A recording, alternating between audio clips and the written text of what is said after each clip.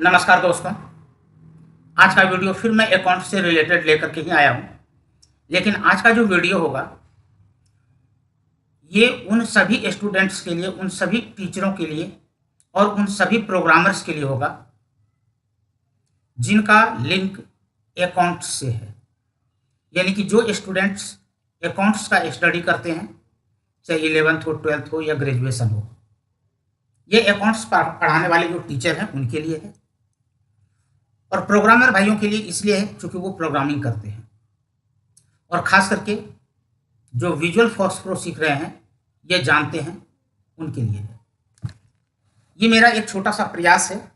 मैंने कोशिश किया है कि इसे मैं आप लोगों के लिए तैयार करूं। हालांकि अभी जर्नल, लेजर और ट्रायल बैलेंस तक ही तैयार हुआ है। चलिए एक बार मैं पहले आपको रन करा करके दिखा देता हूं, उसके बाद मैं आपको इसकी कोडिंग के बारे में बताऊंगा। क्योंकि आज संडे है और आपको पता है कि मैं प्रत्येक संडे को कोई न कोई एक वीडियो जरूर अपलोड करता हूं। आज का वीडियो थोड़ा लंबा होगा, तो जिनको ये अच्छा लगे 2-4 मिनट देखने के बाद वो कंप्लीट देख लेंगे। यदि आपको लगे कि आप बोर हो रहे हैं तो फिर देखना आपको कोई ज़रूरी नहीं है, आप इसे छोड़ करके जा सकते हैं। हाँ, लेकिन जाने से पहले आपसे एक रिक्वेस्ट जरूर है। अच्छा या बुरा, जो भी आपका एक्सपीरियंस होगा, जो भी आपका अनुभव होगा मेरे इस वीडियो के साथ, वो आप कमेंट बॉक्स में जरूर लिखेंगे। Thank you. तो शुरू करते हैं। मैं यहां पर सबसे पहले विजुअल फोर्स प्रो ओपन कर रहा हूं। ये मैंने ओपन कर लिया है। इस सॉफ्टवेयर का मैं नाम रखने जा रहा हूं अकाउंट्स मास्टर, क्योंकि पहले मैंने सोचा था कि किसी और सॉफ्टवेयर के साथ इसको कनेक्ट करूंगा, लेकिन फिर मेरे दिमाग में आया कि नहीं, इसे मैं पहले इंडिविजुअल बनाता हूं, और जब ये इंडिविजुअल बन जाएंगे तो फिर इसे किसी भी सॉफ्टवेयर के साथ अटैच किया जा सकता है। चाहे वह दुकान का हो या कोई भी हो, दुनिया का कोई भी सॉफ्टवेयर हो, उसके साथ साथ आप यदि केवल इस अकाउंट मास्टर को लिंक कर देंगे तो पूरा अकाउंटिंग का डिपार्टमेंट ये संभाल लेगा। तो ये रहा अकाउंट मास्टर। इसमें मैंने डाटा, फॉर्म, मीनू और रिपोर्ट, ये 4 यहाँ पर फोल्डर बनाए हैं। डाटा के अंदर जो मैंने यहाँ पर डीबीएफ लिए हैं, पहले मैं वो डीबीएफ बताता हूँ। ये अकाउंट लिस्ट है, जितने भी तरह के अकाउंट्स होते हैं उन सबों के नाम मैंने इसमें डाले हैं। उसके बाद जो आप जर्नल की एंट्री करते हैं वो सब इसके अंदर जाता है, और इसी जर्नल के एंट्री के आधार पर लेजर जो तैयार होता है वो लेजर डीबीएफ में जाता है। और यहाँ पर जो राज डीबीएफ देख रहे हैं, ये एक टेम्पोररी फाइल है, ये थोड़ी देर के लिए तैयार होता है और फिर अपने आप डिलीट हो जाता है। और ट्रायल बैलेंस यहाँ पर एक और डीबीएफ है, जो कि लेजर में जो रिकॉर्ड होते हैं उसके बेस पर यह ट्रायल बैलेंस तैयार करता है। यहां तक आपके समझ में आ गया। उसके बाद फिर मैं आपको यहां पर दिखा रहा हूं मैंने कौन कौन से फॉर्म तैयार किए हैं। मैंने यहां पर सिर्फ एक ही फॉर्म तैयार किया है, और वो फॉर्म का नाम है यहां पर जर्नल एंट्री, और एक फॉर्म मैंने यहां पर तैयार किया है रिपोर्ट। बाकी अननेसेसरी है, वो किसी काम का नहीं है। एक यहाँ पर कंपनी नेम है, लेकिन इसका कोई यूज नहीं। आपको यहाँ पर 2 ही चीज देखना है, जर्नल एंट्री और रिपोर्ट। ठीक है, सबसे पहले मैं आपको जर्नल एंट्री यहाँ पर दिखा रहा हूँ। एक चीज और दिखाता हूँ, इसमें मैंने 2 पीआरजी फाइल तैयार की है। एक पीआरजी फाइल यहाँ पर है लेजर 1। पहले मैंने लेजर बनाया था, इसमें कुछ कमी रह गई तो मैंने सुधार करके यहाँ पर लेजर 1 बनाया है। बाद में लेजर पीआरजी को मैं डिलीट कर दूंगा। और दूसरा यहाँ पर है ट्रायल बैलेंस 1। तो अकाउंट से रिलेटेड 2 यहाँ पर पीआरजी फाइल है, 2 यहाँ पर फॉर्म के फाइल हैं, और 4 वहां पर डीबीएफ है। तो सबसे पहले मैं आपको यहाँ पर लेजर, ये जर्नल के बारे में बता रहा हूँ। ये मैंने यहाँ पर जर्नल ओपन कर लिए हैं, बाकी सभी ठीक है। अब मैं इसे रन करा रहा हूं। सबसे पहले आप कंपनी का नाम लिखेंगे, या यदि कोई स्टूडेंट देख रहे हैं, आपके सामने कोई एक जर्नल का क्वेश्चन होगा, उस क्वेश्चन पेपर को सामने रखेंगे और उसके अंदर जो जो इंफॉर्मेशन दिया जा रहा है वो इन्फॉर्मेशन इसके अंदर एंट्री करेंगे। आपका स्टडी बिल्कुल ईजी हो जाएगा। आपने यहाँ पर कंपनी का नाम दे दिया, यदि कंपनी का नाम क्वेश्चन में है तो यहाँ पर डेट डाल देते हैं। मैं आज का ही डेट डाल देता हूँ, 27 जून 2000। अब यहाँ पर कमाल का चीज एक देखिए, इससे पहले वाले वीडियो में मैंने बताया था, जैसे ही आपने यहाँ पर डेट डाला, ये फाइनेंशियल ईयर अपने आप ले लिया। यदि मैं यहाँ पर जून ना दे करके मैं यहाँ पर मार्च दे दूँ, आप जानते हैं कि 31 मार्च के बाद फाइनेंशियल ईयर चेंज हो जाता है, और मैंने यहाँ पर 27 मार्च किए हैं। तो 27 मार्च 2020 के हिसाब से फाइनेंशियल ईयर आपका हो जाता है 2020 से 2021। आप इस पॉइंट को देखेंगे, अभी 2021 से 2022 है। जैसे ही मैं यहाँ पर एंटर की प्रेस करूँगा, ये चेंज हो जाएगा। देखिए अब 2020 से 2021 हो गया। और यदि आप यहाँ पर चेंज कर देते हैं, यानी कि 31 मार्च से आगे का कोई डेट डाल देते हैं, अब फिर मैंने जून कर दिया, चाहे आप अप्रैल कर दें, मई कर दें, तो फिर यहाँ पर देखिए 21, ये 20-21 की जगह पर 21-22 हो जाएंगे। आपका ध्यान यहाँ पर रहना चाहिए। देखिए मैंने क्लिक किया और यहाँ पर 21-22 हो गया। ये आपके समझ में आ गया। अब यहाँ पर जर्नल की एंट्री करते हैं। आप सभी जानते हैं कि पहले डेबिट के लिए पर्टिकुलर्स लिखते हैं और फिर क्रेडिट के लिए पर्टिकुलर्स लिखते हैं। आपने यहाँ पर डेबिट के लिए पर्टिकुलर्स लिखेंगे। मान लीजिए कि क्वेश्चन आपके पास है कि आपने माल परचेज किया। यदि माल परचेज किए हैं तो यहाँ पर आपने लिख दिया परचेज। देखिए यहाँ पर जो मैंने बताया था कि अकाउंट्स के लिस्ट का एक डीबीएफ है, उसी का यहाँ पर मैंने लिंक कर रखा है। इसमें हर तरह के अकाउंट्स के नाम हैं, इसलिए आपको टाइप करने की ज़रूरत नहीं है। हालांकि यदि आप यहाँ पर टाइप करना चाहें तो टाइप कर भी सकते हैं। मैंने यहाँ पर सेलेक्ट कर लिया, यहाँ पर आ गया परचेज। अब यहाँ पर कितने का परचेज किए हैं, तो मान लीजिए कि आपने 10,000 के परचेज किए हैं। ये 1,000 आ गया, मैं 10,000 करता हूँ।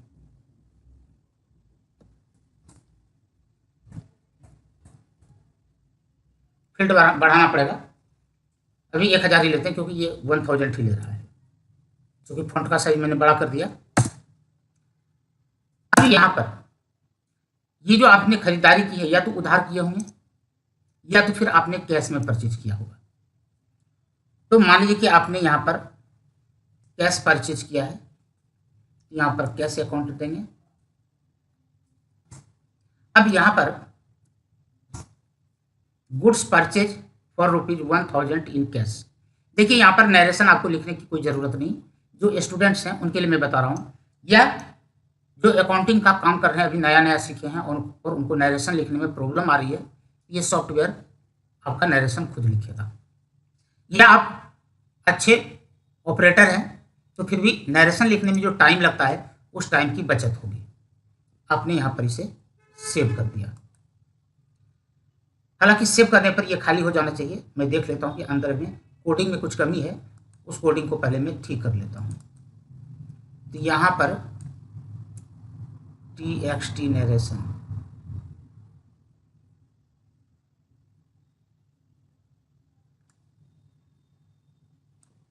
ये कोड है यहाँ पर।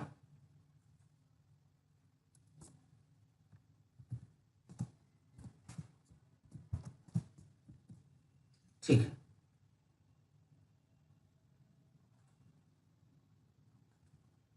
एक काम मैं यहाँ पर और भी कर लेता हूँ।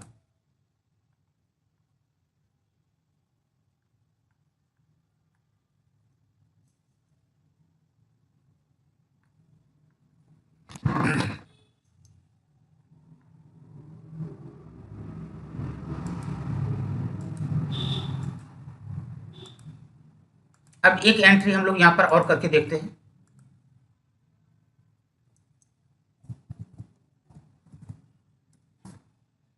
और हम लोगों ने 27 जून 2021 हमने दिया था, फाइनेंशियल इसने ले लिया। फिर मैं यहाँ पर परचेज लिख रहा हूँ, परचेज अकाउंट।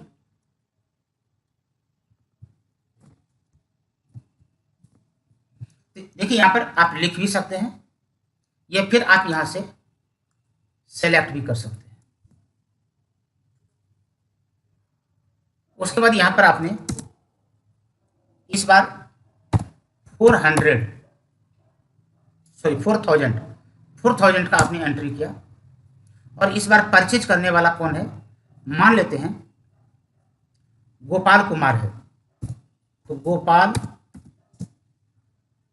हमने नाम दे दिया।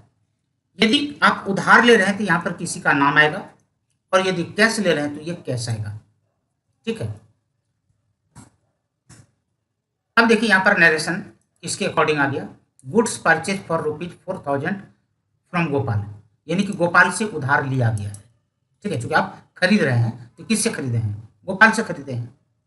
यदि कैश लेते तब गोपाल की यहाँ पर कोई जरूरत ही नहीं थी। यहाँ तक समझ में आ गई। इस तरीके से आपको जितने यहाँ पर एंट्री करने हैं वो सारे एंट्री आप करते हैं। एंट्री करने के बाद आगे हम लोग चलते हैं।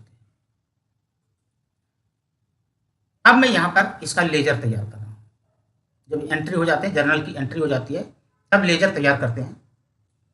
और लेजर के लिए हम लोग यहाँ पर मैंने PRG फाइल बना रखा है, और मैंने कहा था लेजर 1,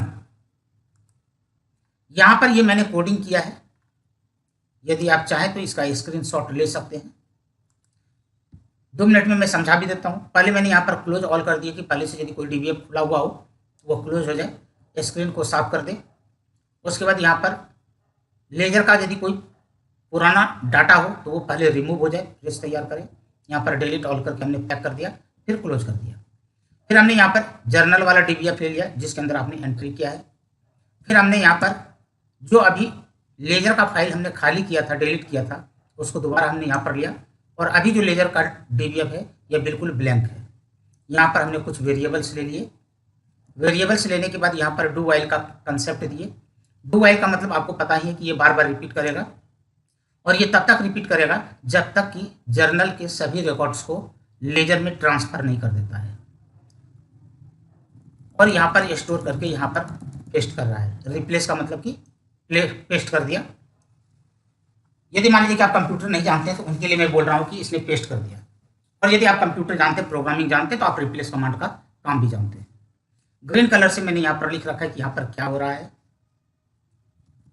उसके बाद रिप्लेस करने के बाद लास्ट में जब ये पूछ लेता कि हाँ कि अब कोई भी फाइल रिकॉर्ड बाकी नहीं है, तो फिर ये यहाँ से बाहर निकल जाता है और आपको एक मैसेज देगा, ledger chart prepared by account master. चलिए मैं यहाँ पर इसको रन करा करके दिखाता हूँ।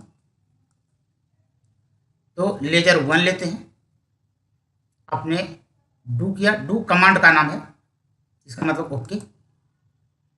यहाँ पर देखिए मैसेज क्या आ रहा है, ledger chart prepared by account master, यानी कि यहाँ पर आपका लेजर तैयार हो चुका है। 2 काम हो गया। अब हम लोग यहाँ पर ट्रायल बैलेंस तैयार करते हैं। ट्रायल बैलेंस के लिए मैंने कहा था ट्रायल बैलेंस 1 PRG, ये है ट्रायल बैलेंस 1 PRG। यहाँ पर आपने उसी तरीके से डू किया। इसने भी यहाँ पर मैसेज दे दिया कि trial balance is prepared by account master, यानी कि जो काम आपको इतना टाइम लगता था लिखने में, आपका काम सेकेंडों में हो गया। अब जो स्टूडेंट्स हैं वो इसका रिजल्ट देख लें। बाद में मैं इसे कनेक्ट कर दूंगा, अभी मैंने फाइल को अलग अलग रखा है। ये रिपोर्ट के अंदर नहीं, इसी के अंदर ही है। हम लोग पहले फॉर्म में जाते हैं।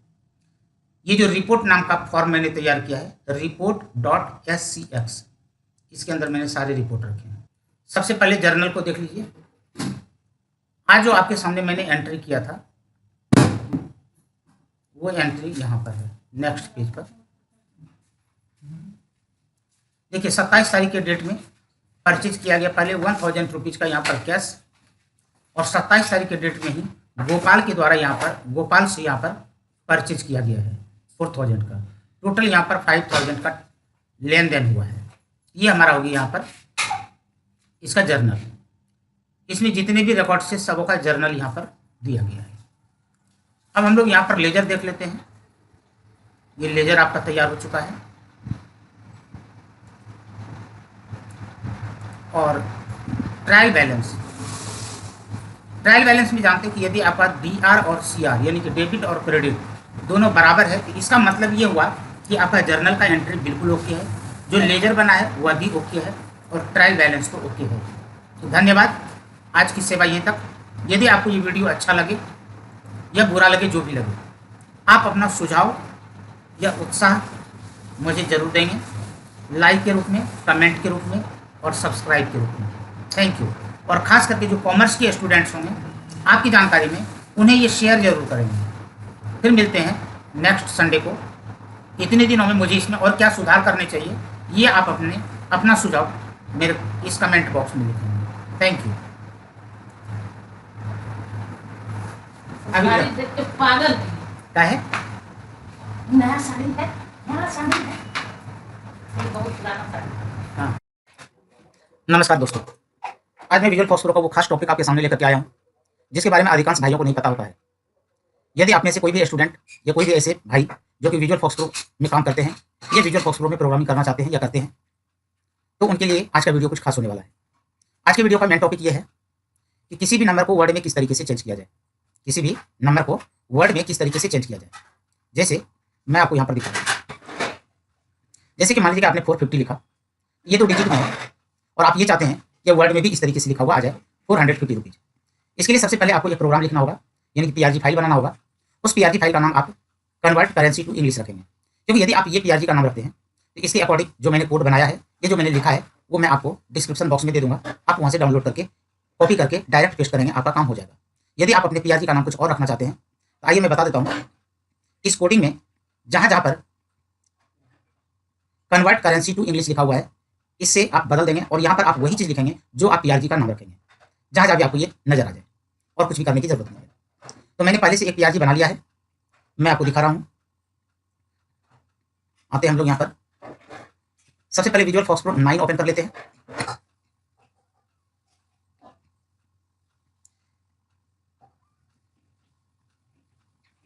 आपने जो भी प्रोग्राम बनाया होगा या आप जो भी प्रोग्राम बनाएंगे, यानी कि आपने जो प्रोजेक्ट तैयार किए होंगे, उस प्रोजेक्ट का जो मेन फॉर्म होगा, जो स्क्रीन के ऊपर सबसे पहले डिस्प्ले होता है, आप उसमें जाकर के इस चीज़ को लिखेंगे जो मैं बताने जा रहा हूँ। जैसे मैंने यहाँ पर एक प्रोग्राम बनाया है, छोटा सा प्रोजेक्ट है, सॉफ्टवेयर। इसमें मैंने यहाँ पर मेन फॉर्म ये बनाया है, सर्च फी डिपॉजिट। आपका जो भी मेन प्रोग्राम होगा, यानी कि मेन फॉर्म होगा, आप उसे ओपन करेंगे। फॉर्म को यहाँ पर आप डबल क्लिक करेंगे और इसके लोड इवेंट में जाएंगे। और लोड इवेंट में यहाँ पर आप देख लीजिए,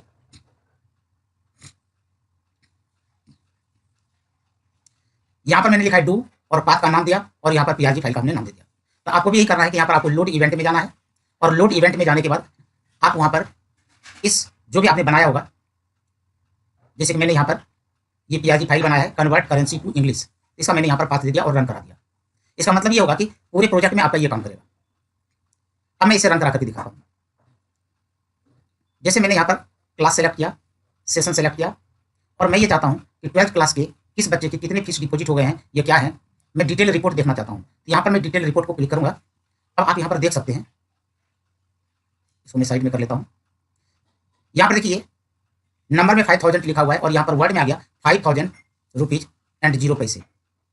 ठीक उसी तरीके से यहाँ पर 10,000 0 पैसे। अब यदि मान लीजिए कि मैं यहाँ पर पर्टिकुलर किसी स्टूडेंट का देखना चाहता हूँ, तो मैं यहाँ पर किसी पर्टिकुलर स्टूडेंट का नाम देता हूँ।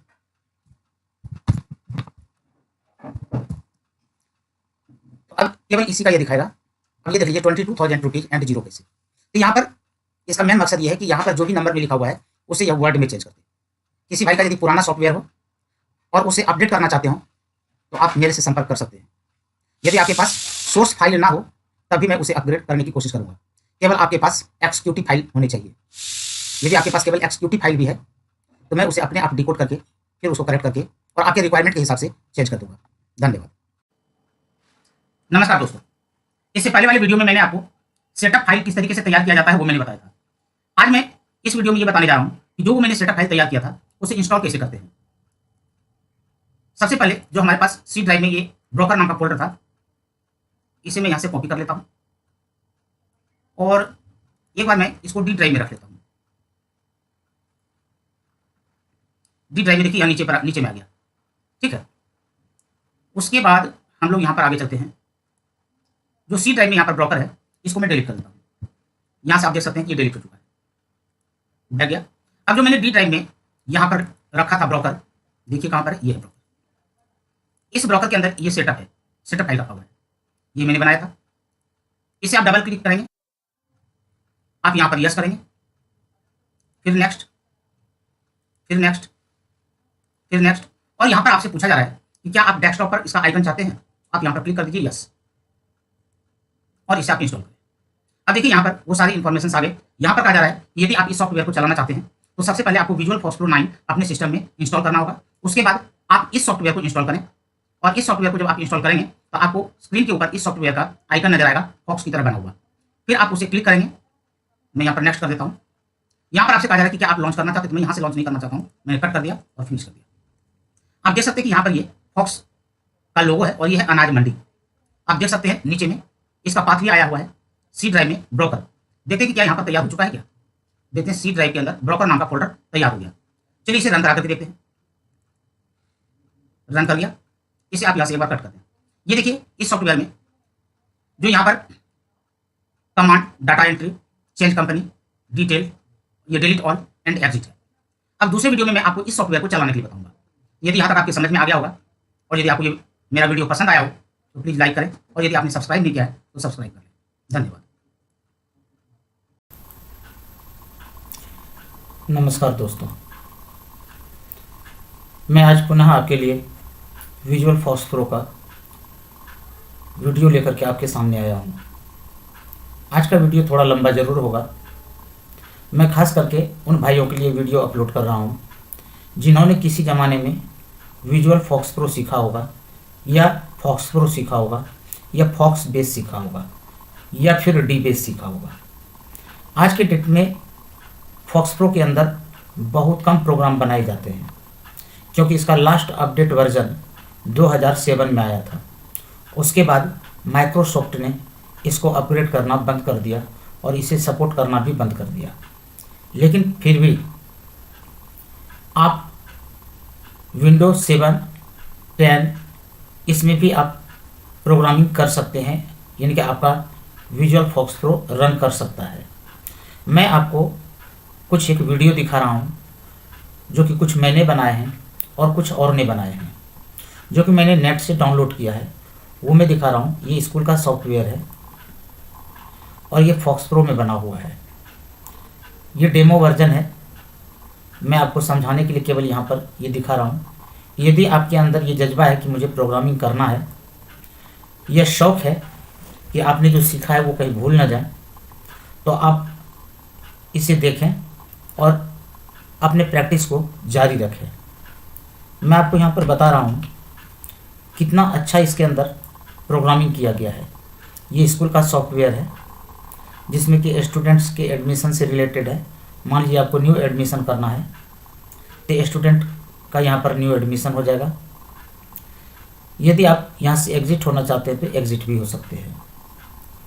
उसी तरीके से यहाँ पर स्कूल के अकाउंट का फ़ी का कलेक्शन का सिस्टम है।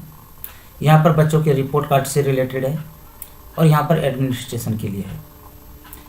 ये विजुअल फॉक्स प्रो में बना हुआ एक सॉफ्टवेयर है।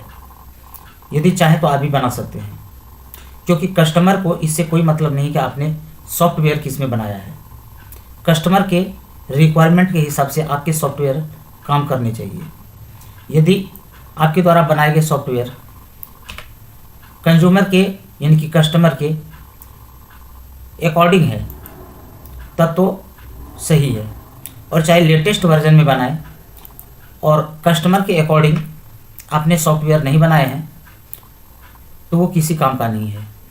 आप इसमें प्रिंट भी निकाल सकते हैं और आप ये देख लीजिए कि किस तरीके से प्रिंट प्रीव्यू है। आप यहाँ से प्रिंट का कमांड देते हैं, प्रिंट आउट हो जाता है। प्रिंट होते हुए तो मैं आपको दिखा नहीं सकता हूँ।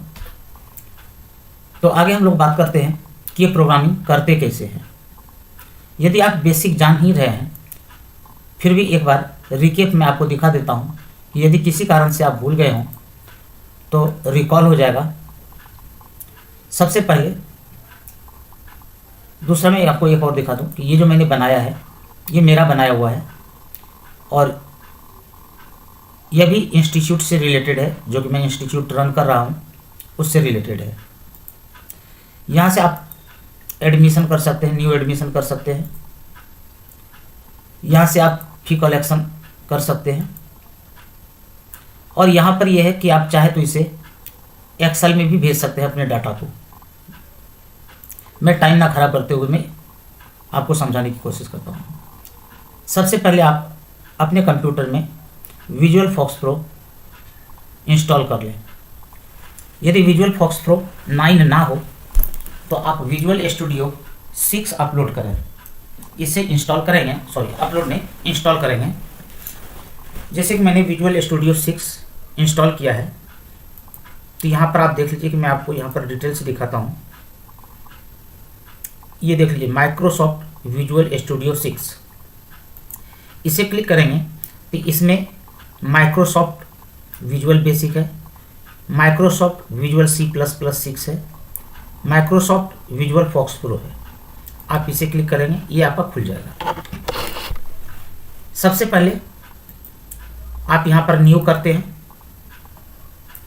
और पिछले लेक्चर में मैंने बताया था, उसको एक बार रिकेप दिखा देता हूँ। सबसे पहले यहाँ पर प्रोजेक्ट तैयार करेंगे और आप विजार्ड के थ्रू करें यदि पूरी जानकारी नहीं है तो। जब ये प्रोजेक्ट आपका तैयार हो जाए तो मैं आपको बता दूं कि किस तरीके से है। मान लीजिए कि मैंने यहाँ पर नाम दे दिया अपने सॉफ्टवेयर का XYZ,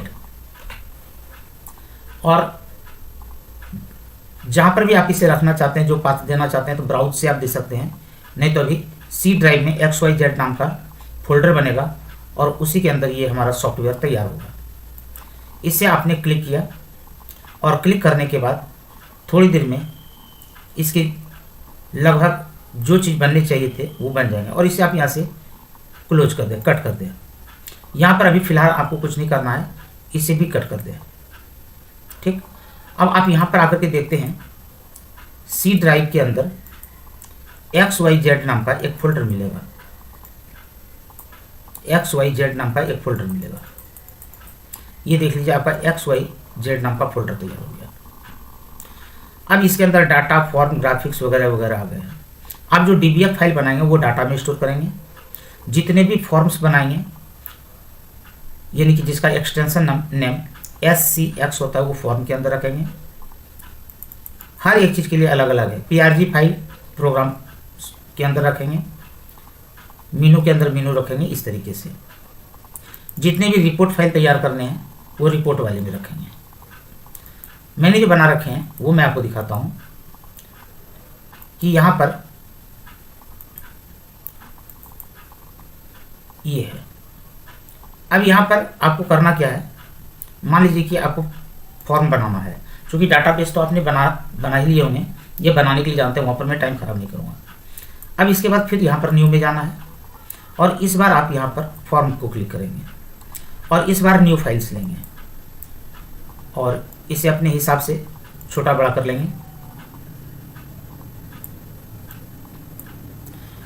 यहाँ पर राइट क्लिक करेंगे, और राइट क्लिक करने के बाद जो यहाँ पर डाटा एनवायरनमेंट देख रहे हैं, यहाँ पर जाएंगे।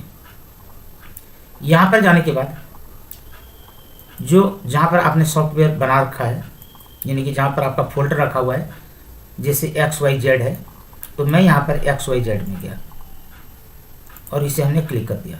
तो एक्चुअली मैंने इसमें कोई डाटा तो बनाया नहीं है, तो मैं यहाँ पर एक डाटा उठा करके रख लेता हूँ ताकि वो समय अपना बच सके।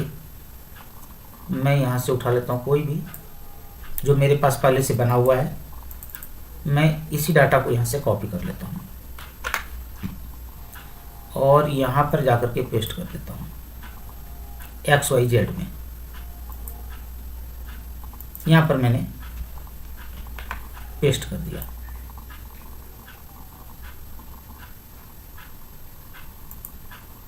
अब इस डाटा के अंदर सारे DBF फाइल आ गए। मान लीजिए कि मैं यहाँ पर ले लेता हूँ स्टूडेंट,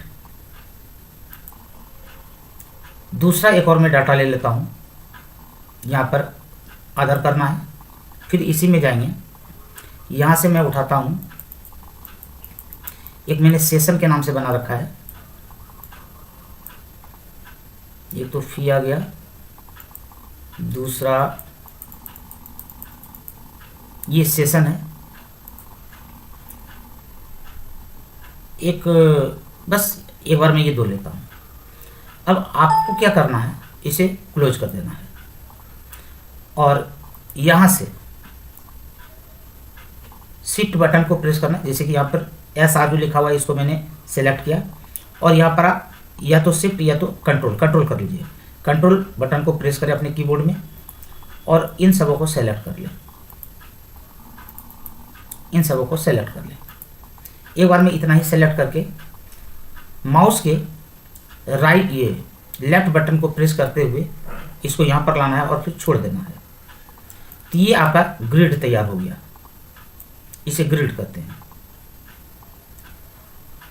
और यहाँ पर आप बटन बनाना चाहें बटन बना लें, इसे कंट्रोल करने के लिए। ये फॉर्म डिजाइनर यहाँ पर है, ये देखिए इसको कहा जाता है फॉर्म डिजाइनर, यह फॉर्म कंट्रोल, फॉर्म को कंट्रोल करने के लिए लिखा हुआ है। अब इसे एक बार क्लिक करें, यहाँ पर लगा दें।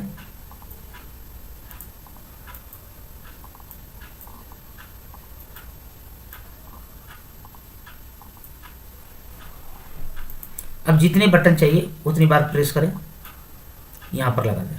तो इसमें आपको बहुत ज़्यादा टाइम लगेगा। तो जो मेरे पास बनाया है वो मैं दिखा रहा हूँ, उसमें भी हमने इसी तरीके से काम किया है। मैन आपको कोड की ज़रूरत होगी, शायद आप भूल गए होंगे कोड, तो मैं ये दिखाता हूँ जो मेरे पास पहले से बना हुआ है।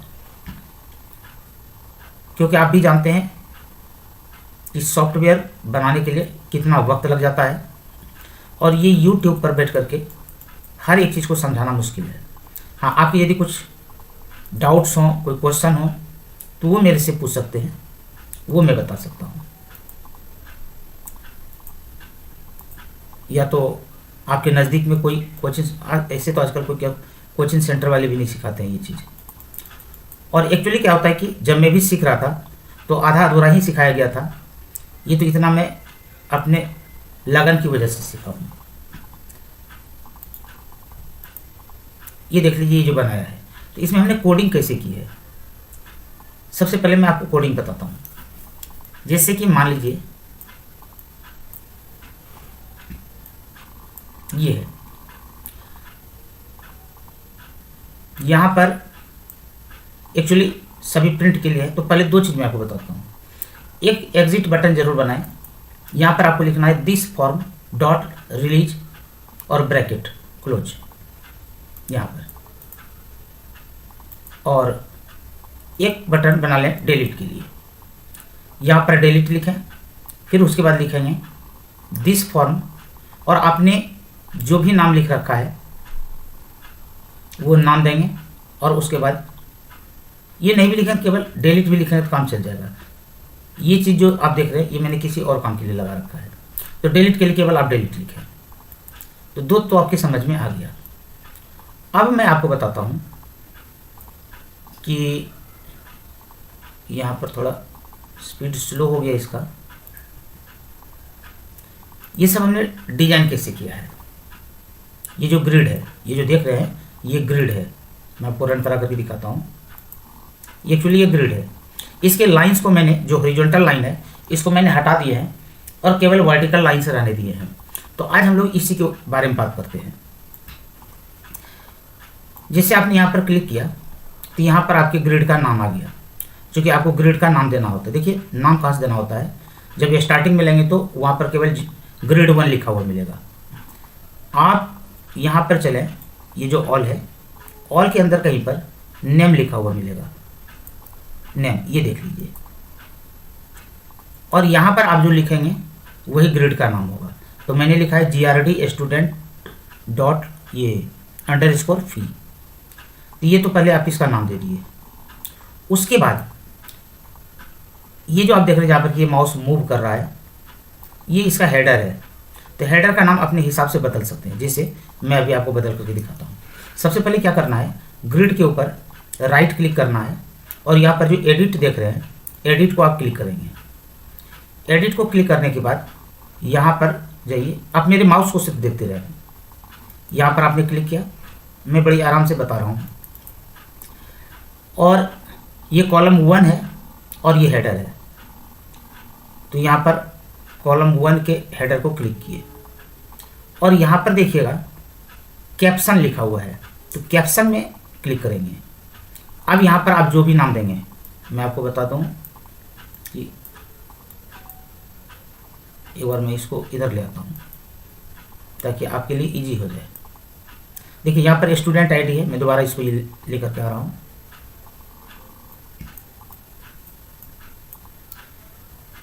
ये कॉलम फर्स्ट का हेडर ये है, यहाँ पर स्टूडेंट है। थोड़ी देर के लिए आपके सामने मैं बदल रहा हूँ, फिर मैं अपना ठीक कर लूँगा। मैंने यहाँ पर लिख दिया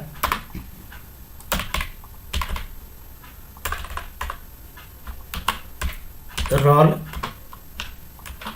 नंबर, और जब आप यहाँ पर क्लिक करेंगे तो देखिएगा यहाँ पर ये रोल नंबर चेंज हो गया। ठीक, अब दोबारा मैं इसको यहाँ पर चेंज करता हूँ। मैं लिख देता हूँ स्टूडेंट्स आईडी। तो अब देखिएगा जो रोल नंबर नज़र आ रहा है ये हो जाएगा स्टूडेंट्स आईडी। ये आपके समझ में आ गया। अब उसी तरीके से यहाँ पर नेम है, यहाँ पर नेम के ऊपर क्लिक करें, ऑटोमेटिक दूसरे कॉलम का ये हेडर आ गया। मैंने यहाँ पर लिख दिया स्टूडेंट्स नेम, स्टूडेंट्स नेम, और हमने क्लिक किया। अब यहाँ पर देखिए थोड़ा सा छिप गया है, तो इसे आप पकड़ करके इस तरीके से कर सकते हैं, जितना इसको आगे पीछे करना है। ये तो मैंने आपको कैप्शन के बारे में बताया। अब इसके अंदर कुछ कोडिंग के बारे में बताता हूँ। जरा से एक चीज़ यहाँ पर देखिएगा, मैं आपको काम करके बताऊंगा तब आप सही समझ पाएंगे। अब जैसे कि यहाँ पर देख रहे हैं फी, और यहाँ पर इस बच्चे से 20,000 रुपीज़ लेने हैं।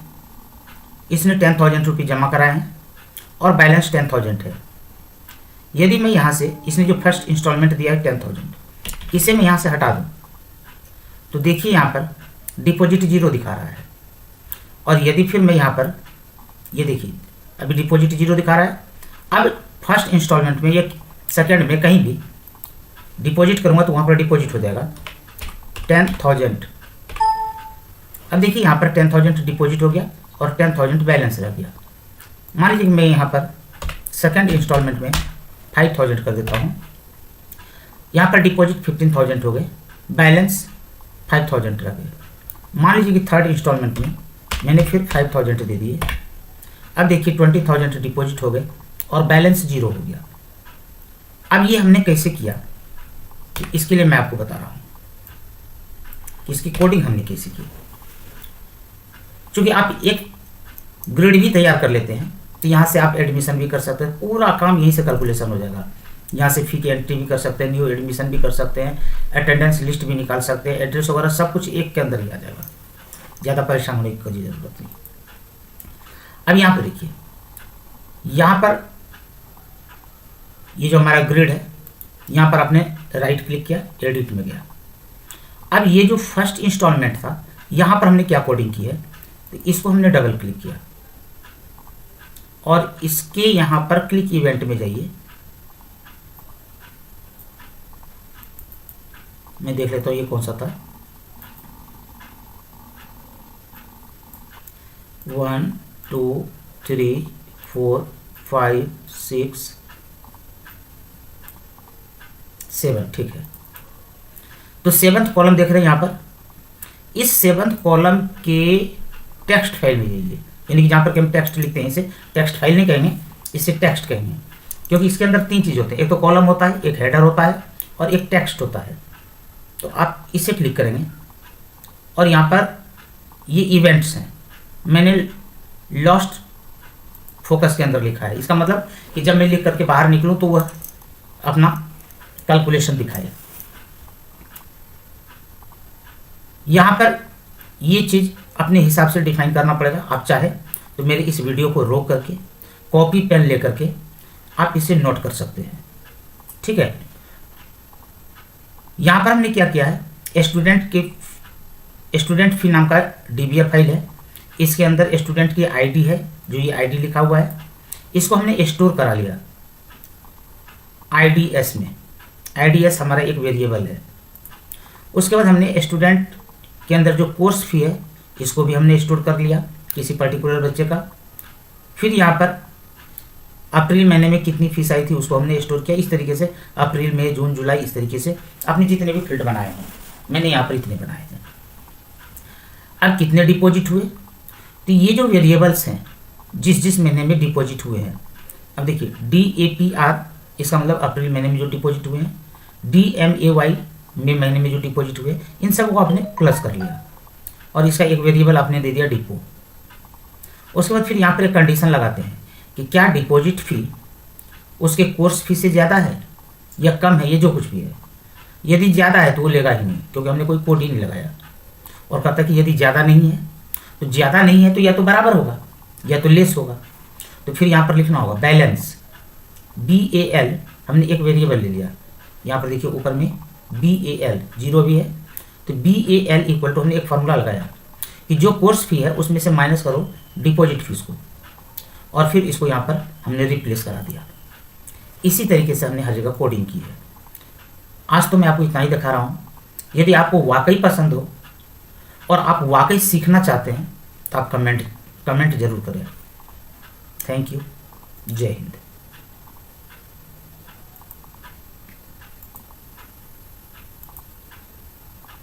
लिंक कैसे बनाना होता है ध्यान से समझिए। लिंक किस तरीके से बनाते हैं कि जिस दो DBA फाइल को लिए हैं दोनों के अंदर प्राइमरी की होनी चाहिए, पहली बात। नंबर 2, दोनों के पास कोई कॉमन फील्ड होनी चाहिए। अब यहाँ पर कस्टमर आईडी है और यहाँ पर भी कस्टमर आईडी है, कॉमन हो गया। जिसमें ये मैंने बताया था उसमें आपको मैंने दिखाया था कि लिंकिंग किस तरीके से हो रहा है। अब यदि इसको मैनुअली करना है तो आप इसको यहाँ पर क्लिक करेंगे और लेफ्ट बटन को प्रेस करते हुए आप इधर लाएंगे। जब इस तरीके का निशान बन जाएगा तो आप यहाँ पर छोड़ देंगे कहीं भी, आप ओके करेंगे, लिंक तैयार हो गया। तो इसको कहा जाता है रिलेशन। नमस्कार दोस्तों, आप सबों का स्वागत है। आज के इस नई वीडियो में मैं आपको बताऊंगा कि विजुअल फॉक्स प्रो में दो अलग अलग डाटाबेस के बीच में, यानी कि दो अलग अलग DBA फाइल के बीच में किस तरीके से रिलेशन एस्टेब्लिश करते हैं, चाहे वो रिपोर्ट तैयार करना हो या कोई भी। मान लीजिए कि आपके पास दो अलग अलग डाटाबेस है। एक मान लीजिए कि आपके पास कस्टमर के नेम का है और दूसरा डाटाबेस आपके पास आइटम का है। मान लीजिए आपका कोई एक सॉफ्टवेयर है सेल परचेज से संबंधित, तो आप ये चाहते हैं कि कस्टमर वाले DBA फाइल से कस्टमर का नाम, एड्रेस ये उठाएं, और जो आइटम का लिस्ट है, आइटम का DBF है, वहाँ से आप आइटम को उठाएं, प्राइस उठाएं, और फिर उन दोनों को मिला करके एक नया DBF बनाएं। तो चलिए आज इसी के बारे में हम लोग डिस्कस करेंगे। सबसे पहले हम लोग ओपन कर लेते हैं विजुअल फॉक्स प्रो 9। ये रहा विजुअल फॉक्स प्रो 9, इसे मैंने ओपन किया।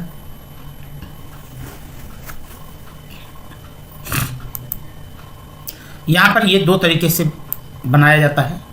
आज मैं विजार्ड के द्वारा समझाऊंगा और उसके बाद दूसरे वीडियो में मैनुअली मैं आपको बना करके दिखाऊंगा कि किस तरीके से तैयार करते हैं। मैं यहाँ पर एक पहले फोल्डर खोल लेता हूँ।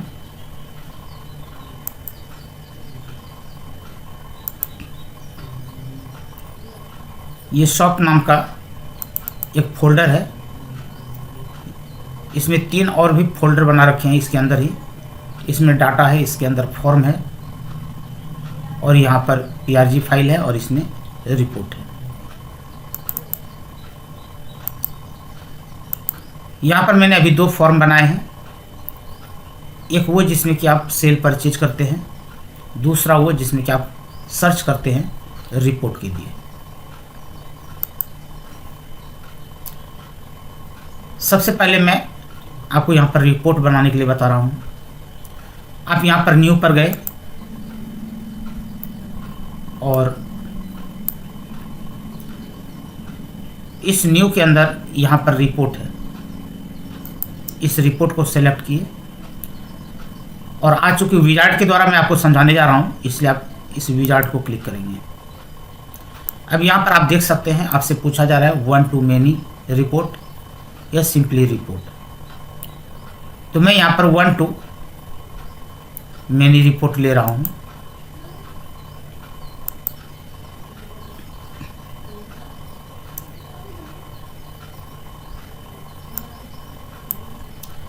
अब ये जो आप देख रहे हैं, आपको यहाँ पर कहा जा रहा है कि सेलेक्ट पेरेंट टेबल फील्ड, यानी आपको यहाँ पर एक पेरेंट टेबल फील्ड तैयार करना होता है, सेलेक्ट करना होता है।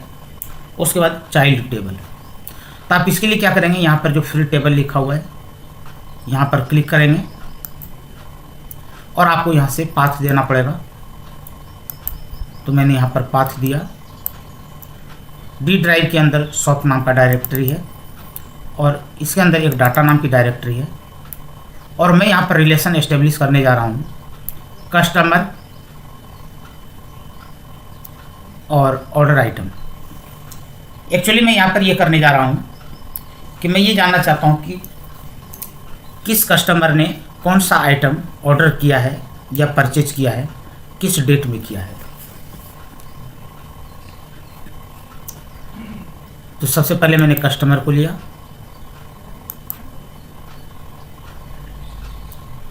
और यहाँ से मैंने ले लिया कस्टमर आईडी, कस्टमर का नाम और कस्टमर का सिटी, ये 3 मैंने लिया। फिर यहाँ पर आप नेक्स्ट करते हैं, ये नेक्स्ट बटन है। अब यहाँ पर आपसे ये कहा जा रहा है कि ये जो अवेलेबल फील्ड है, अब यहाँ पर चाइल्ड टेबल आपसे पूछा जा रहा है। स्टेप 2 यहाँ पर कहा जा रहा है कि सेलेक्ट चाइल्ड टेबल। तो चाइल्ड टेबल के लिए फिर हम वहीं पर जाएंगे और यहाँ से मैं ऑर्डर आइटम, ये DBF सेलेक्ट कर रहा हूँ। आप कोई भी 2 ले सकते हैं और इसके अंदर भी customer ID, item name, quantity, price, cost और डेट। इसका मतलब हुआ कि किस कस्टमर ने कौन सा आइटम कितनी क्वांटिटी में किस रेट का परचेज किया और किस डेट में परचेज किया। कॉस्ट में आ जाएगा कि यदि मान लीजिए कि कोई एक आइटम है जो 50 रुपीज़ का है और उसने 10 आइटम लिए, तो 50 × 10 500, तो वो कॉस्ट टोटल यहाँ पर दिखाएगा। तो मैं यहाँ पर सेलेक्ट कर रहा हूँ आइटम, क्वांटिटी, प्राइस, कॉस्ट और डेट। लास्ट में इसे भी मैं रख ही लेता हूँ। आप इसको ऐसे भी कर सकते थे ताकि एक बार में सेलेक्ट हो जाए। फिर नेक्स्ट। अब देखिए दोनों में क्या है, कस्टमर DBF में और ऑर्डर आइटम DBF में, दोनों में कस्टमर आईडी एक कॉमन है। तो यहाँ पर इसके बीच में रिलेशन बना, क्योंकि यहाँ पर कहा जा रहा है how do you want to relate the 2 table. आप ये 2 टेबल को किस तरीके से रिलेट करेंगे। तो हम कस्टमर आईडी से, जैसे ही आप कस्टमर आईडी डालेंगे तो उस कस्टमर आईडी से इसके अंदर ऑर्डर आइटम के अंदर सर्च करेगा और उस आईडी से जितने भी सामान परचेज किए गए होंगे वो सारा लिस्ट दिखाएगा। फिर आपने नेक्स्ट किया। अब यहाँ पर कहा जा रहा है how do you want to sort the record. आप इस रिकॉर्ड को किस तरीके से सॉर्ट करना चाहते हैं। तो मैं यहाँ पर 2 तरीके से सॉर्ट करना चाहता हूँ। एक तो कस्टमर आईडी के हिसाब से और दूसरा, चलिए कस्टमर आईडी के हिसाब से कर लेते हैं।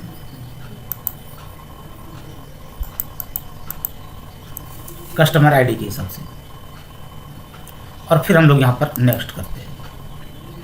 अब यहाँ पर देख लीजिए how do you want your report to look. आपका रिपोर्ट किस तरीके का दिखना चाहिए। तो आप यहाँ से इसको देख सकते हैं, यहाँ पर चेंज हो रहा होगा। दोबारा मैं कर रहा हूँ। आपको जिस तरीके का प्रेजेंटेशन चाहिए, तो मैं यहाँ पर एग्जीक्यूटिव भी रहने देना चाह रहा हूँ। फिर यहाँ पर आपसे कहा जा रहा है कि समरी ऑप्शन। तो मैं ये चाहता हूँ कि जो कॉस्ट है वो लास्ट में टोटल हो जाए। मान लीजिए कि किसी कस्टमर ने 10 सामान लिए हैं तो लास्ट में टोटल हमें मिल जाए। तो यहाँ पर कॉस्ट का सम करते हैं।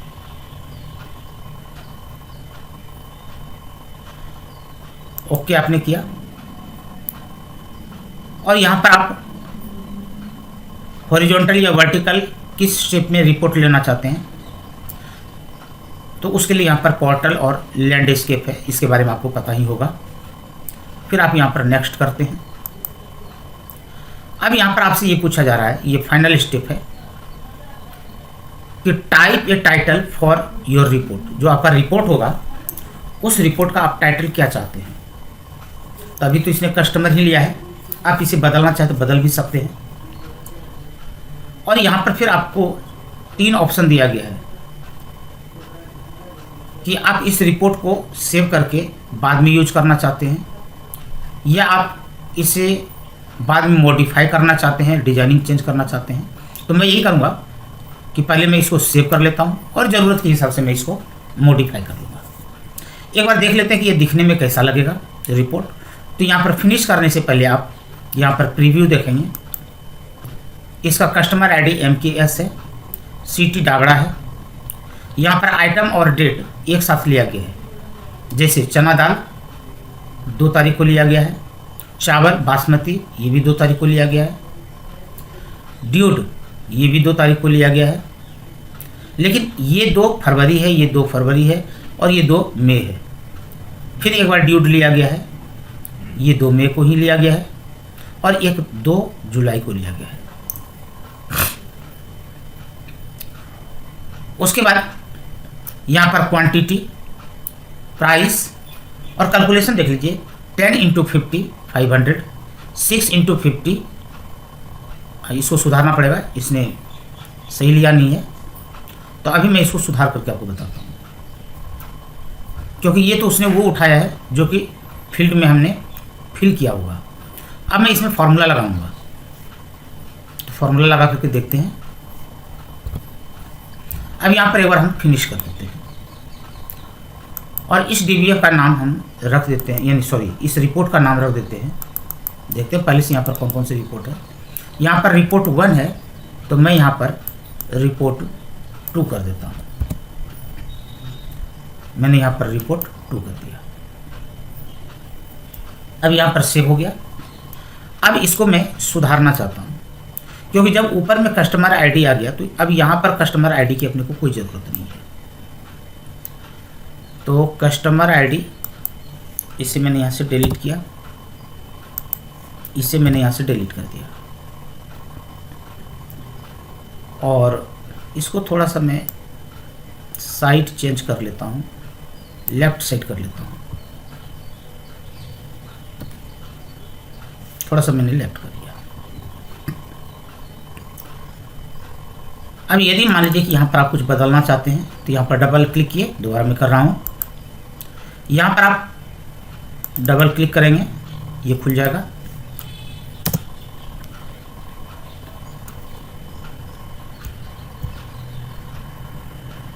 मैं यहाँ पर लिख देता हूँ परचेज लिस्ट बाय कस्टमर। ये केवल कस्टमर लिस्ट।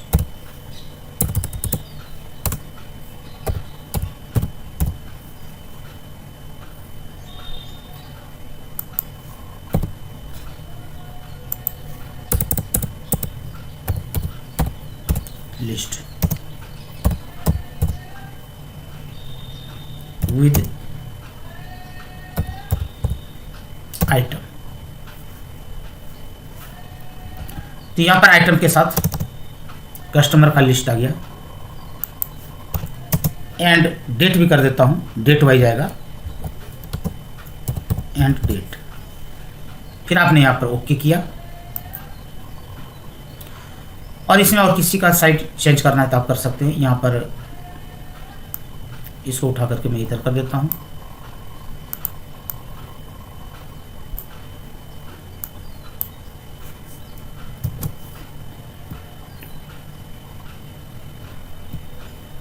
आप अपने हिसाब से डिजाइनिंग कर सकते हैं।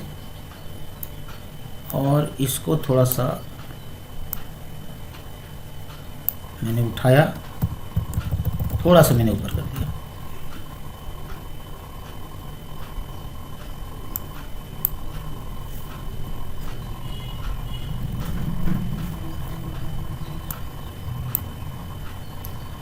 आप एक काम और कर सकते हैं,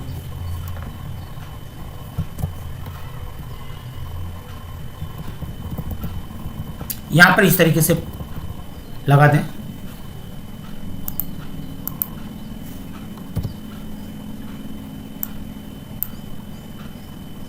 अब यहां पर देखते हैं प्रीव्यू। हाँ, मैंने कहा था फॉर्मूला लगाना है, तो आप यहां पर क्या करेंगे कि ये जो कॉस्ट वाला पोर्शन है इसे राइट क्लिक करेंगे, यहां पर ऑर्डर आइटम कॉस्ट को यहां पर कट कर दें। यहां पर QTY फील्ड का नाम लेंगे, इनटू के लिए स्टार यूज करेंगे, फिर यहां पर ऑर्डर अंडरस्कोर आइटम, ये DBF का नाम है, डॉट, उसके बाद इस DBF का फील्ड तो प्राइस,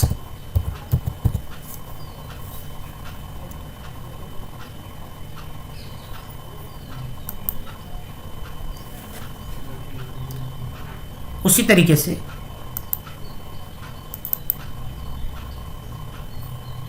यहां पर भी QTY इंटू यहां पर order underscore item dot price,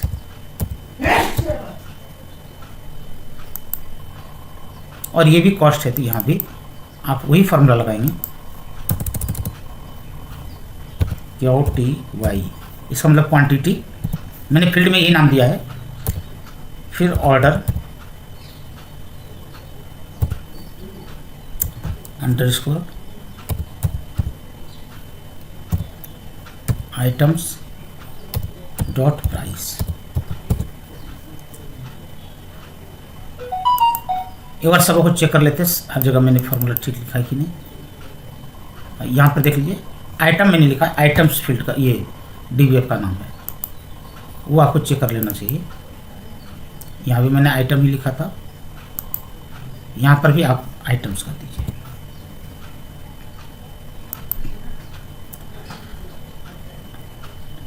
अब यहाँ पर एक बार फिर चेक कर लेते हैं।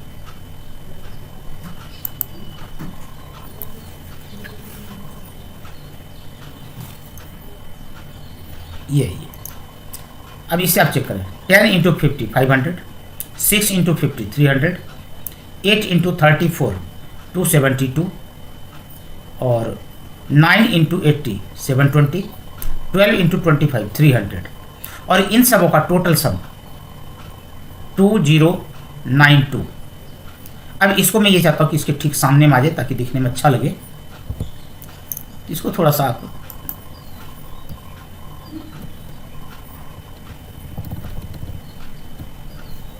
इसके सामने कर लें, या इन तीनों को सिलेक्ट कर लीजिए। आप यहाँ पर शिफ्ट बटन दबा करके या कंट्रोल बटन दबा करके इन तीनों को क्लिक करें। 1 शिफ्ट से ही करना पड़ेगा, कंट्रोल से नहीं हो रहा है। 1 2 3 शिफ्ट बटन प्रेस करके इन तीनों को क्लिक कर दें। अब आप यहाँ पर आ जाएं फॉर्मेट में। फॉर्मेट में अलाइन है, और इसके ठीक सामने आप आ जाएं अलाइन लेफ्ट साइड, इसे क्लिक कर दें तो ये लेफ्ट साइड में आ गया। अब ये सभी एक सीट में हो चुके हैं, और अब इसको रन करा करके देखते हैं कि अब ये दिखने में कैसा लगेगा। अब ये देख लीजिए, अब सभी एक सीट में आ गए हैं। तो मुझे लगता है कि ये समझ में आ गया, लेकिन मैं कोशिश कर रहा हूँ, इसने तो सबों का निकाल दिया। मैं चाहता हूँ कि मैं जिसका चाहूँ केवल उसी का निकाले, उसके लिए भी ट्राई करते हैं। अब इसको आप फाइनल सेव कर दीजिए। यहाँ पर आपको जो कुछ भी लिखना होगा वो लिख सकते हैं। इसकी डिजाइनिंग आप जिस तरीके से करना चाहें उस तरीके से कर सकते हैं। ठीक है, यदि मान लीजिए कि बीच में इस तरीके से लाइन देना चाहते हैं तो वो भी आप कर सकते हैं। उसके लिए मैं आपको बता दूं, रिपोर्ट कंट्रोल, तो यहाँ पर आप जाएं व्यू के अंदर आपको मिलेगा टूल बार्स, और यहाँ पर देखें report control and report designer. ये देख लीजिए, ये रहा रिपोर्ट कंट्रोल ऊपर में, और जो ब्लू कलर का दिखाई पड़ रहा है यहाँ पर रिपोर्ट डिजाइनर है। यदि इसे क्लिक करेंगे तो यह सिलेक्ट नहीं हुआ, इसे क्लिक कर देंगे तो इसका मतलब ये सिलेक्ट हो गया। ठीक है, और यहाँ पर आप ओके करेंगे तो देखिए ये रिपोर्ट कंट्रोल है। आप रिपोर्ट कंट्रोल का यूज करके आपको जो यहाँ पर प्लस की तरह दिखाई पड़ रहा है, इससे आप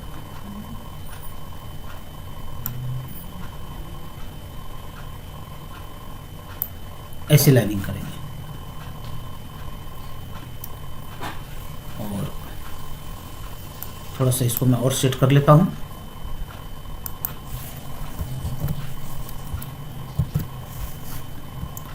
और एक लाइन ऊपर में लगाता हूं, ठीक हो गया।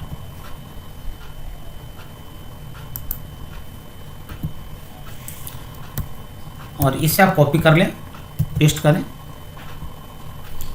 और इसका अपनी जगह पर जहाँ पर इसको सेट करना चाहते हैं वहाँ पर इसे सेट करें।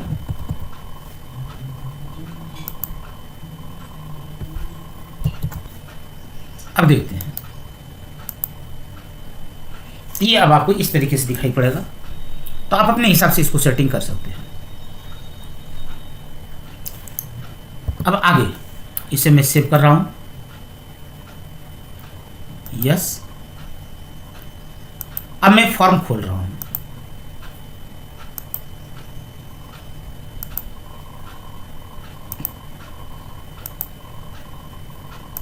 यहां पर आए और आपने SCX, ये सर्च को मैं सेलेक्ट कर रहा हूं। ये सर्च नाम का मैंने एक फाइल बनाया है, यानी कि फॉर्म। और यहां पर देखिए इस कमांड के क्लिक इवेंट पर हमने दिया है सेलेक्ट ऑर्डर आइटम, और यहाँ पर जो मैंने रिपोर्ट 1 है इसको मैं रिपोर्ट 2 कर देता हूँ। ठीक है, अब देखते हैं कि ये किस तरीके से काम करता है। और ये जो TEXT1 है इसके ऊपर मैं कुछ लिख देता हूँ कि आखिर यहाँ पर आपको लिखना क्या है। तो यहाँ पर आपको लिखना है, इसमें लिखना है एंटर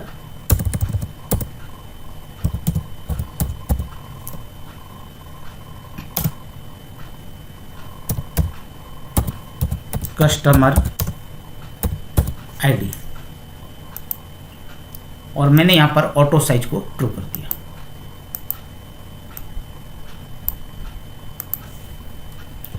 इसका साइज थोड़ा बड़ा कर लेता हूं। मैं केवल आपको काम सिखा रहा हूं, डिजाइनिंग नहीं कर रहा हूं। मैंने इसमें कौन कौन से कमांड लगाए हैं वो देख लीजिए। इस टेक्स्ट के अंदर मैंने इंटरैक्टिव चेंज के अंदर ये लोकल वेरिएबल हमने डाल दिया, हालांकि इतने की अपने को कोई ज़रूरत थी नहीं, अपने को केवल सी टेक्स्ट की ज़रूरत थी। तो मैं केवल यहाँ पर सी टेक्स्ट रहने देता हूँ, और तो किसी की ज़रूरत है ही नहीं, क्योंकि मैंने यहाँ पर सी टेक्स्ट ही मैंने लिया है। सेलेक्ट हमने डाटा कहाँ से उठाना है वो हमने यहाँ पर सेलेक्ट किया है।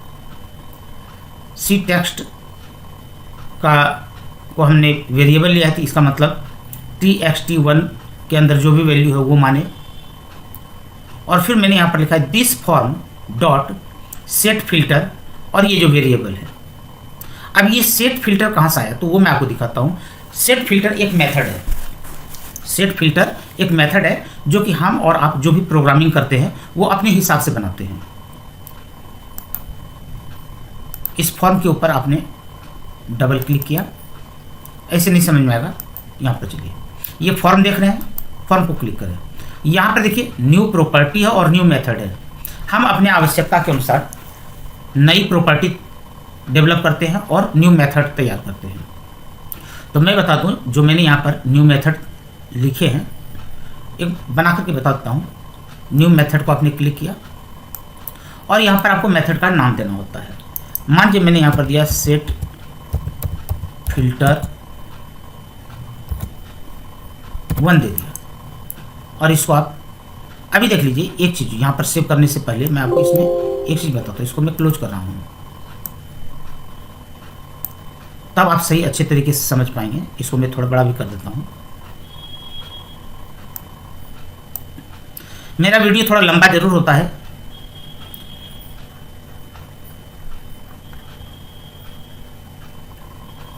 देखिए यहाँ पर सेट फिल्टर लिखा हुआ है। इससे पहले वाला तो इसके अंदर ऑलरेडी इनबिल्ट होता है, और ये जो सेट फिल्टर है ये प्रोग्रामर के द्वारा, डेवलपर के द्वारा ये तैयार किया जाता है। तो अभी देखिए सेट फिल्टर 1 यहाँ पर नहीं है, तो मैं अब यहाँ पर सेट फिल्टर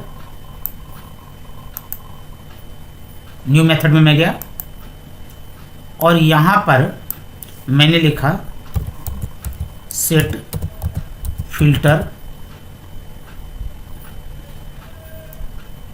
1। यह सेट फिल्टर आइटम करता हूँ ताकि सही समझ में आए। तो यह केवल आइटम को फिल्टर करेगा, मैंने जो काम करना चाहते हैं उस तरीके का आप नाम दे दें, या set filter name, set filter date, जो भी देना चाहते हैं वो दे दें। तो मैंने यहाँ पर इसको ऐड किया। अब देखिए ऑटोमेटिक यहाँ पर आ गया ये, देखिए सेट फिल्टर, और इसके नीचे सेट फिल्टर आइटम। हालांकि सेट फिल्टर आइटम के ऊपर हमने अभी कोई कोडिंग नहीं किया है, क्योंकि आपके सामने ही मैंने बनाया है। लेकिन यहाँ पर जो सेट फिल्टर है इसके अंदर हमने कोडिंग किया है, जो कि मैंने आपको दिखाया है। तो यहाँ पर देखिए लिखा हुआ है यूजर प्रोसीजर, ठीक है। इसको यदि आप डबल क्लिक करते हैं तो देख सकते हैं यहाँ पर यह आ गया है, लेकिन इसके अंदर कोई कोडिंग नहीं की है। लेकिन सेट फिल्टर में मैंने कोडिंग की है, तो वो यहाँ पर कोडिंग है, ठीक है। तो मैंने लिखा है set filter to upper or trim और order items customer ID equal to, ये तो हमने डीबीएफ का नाम ले लिया और साथ में यहाँ पर फील्ड ले लिया। ये किसके बराबर हो, तो जो उस फील्ड के अंदर, टेक्स्ट फील्ड के अंदर, मैं आपको दिखाता हूँ यहाँ पर,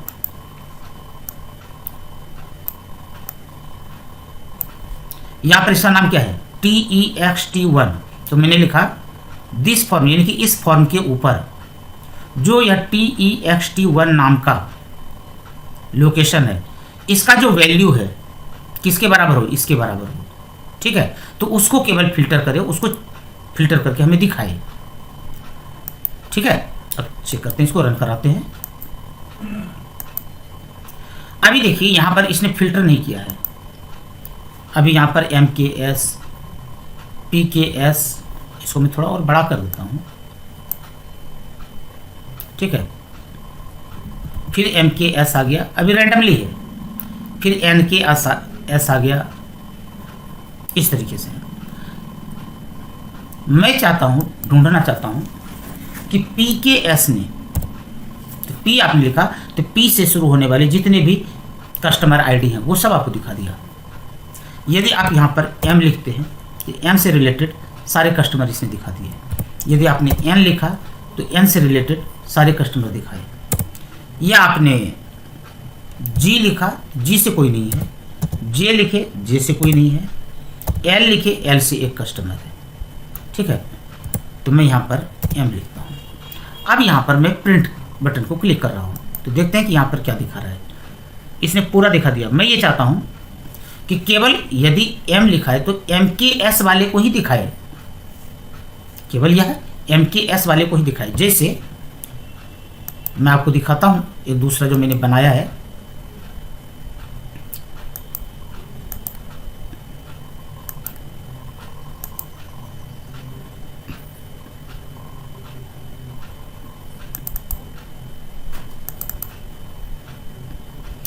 ये मेरे कई वीडियो में आपने देखा होगा, ये जो मैं अभी आपको दिखाने जा रहा हूँ।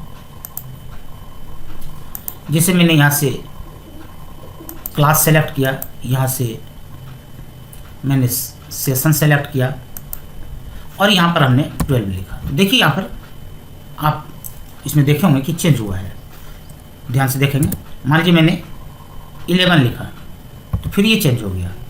यदि मैं यहाँ पर नेम दे देता हूँ, सेशन ये रखता हूँ और मैं लिखता हूँ R, तो केवल R वाले को दिखा दिया।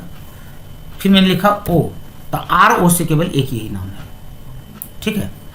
और मैं ये देखना चाहता हूँ कि इसके कितने फीस आए हुए हैं, पूरा डिटेल रिपोर्ट, तो आप यहाँ पर देख सकते हैं। तो यह केवल रोहन का ही दिखाएगा और किसी का नहीं दिखाएगा। लेकिन यदि मैं यहाँ पर क्लास ले लेता हूँ, या मान लीजिए कि मैंने केवल R लिखा, तो यहाँ पर 1 2 3 4 5 6 7 स्टूडेंट्स की रिपोर्ट दिखाएंगे। यानी कि यहाँ पर जितने आपको स्क्रीन के ऊपर नजर आएंगे उतने दिखाएंगे। जैसे कि रोहन 1, राहुल 2, राजकुमार,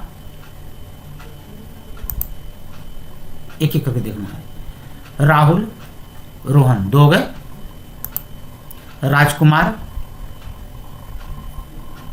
ये 3 दिखा रहा है। इसका मतलब कि उन लोगों का बैलेंस नहीं होगा, क्योंकि यहाँ पर उसी का दिखाता है जिसका कि बैलेंस रहता है। तो यहाँ पर देख लीजिए, इसका बैलेंस है 1500 रुपीज, इसका बैलेंस 3000 रुपीज, इसका बैलेंस 4000 रुपीज। क्योंकि मैं इसका कोडिंग दिखाता हूं, यहां पर देखिए कोडिंग में मैंने क्या किया है, मेन पॉइंट आप इसे देखेंगे।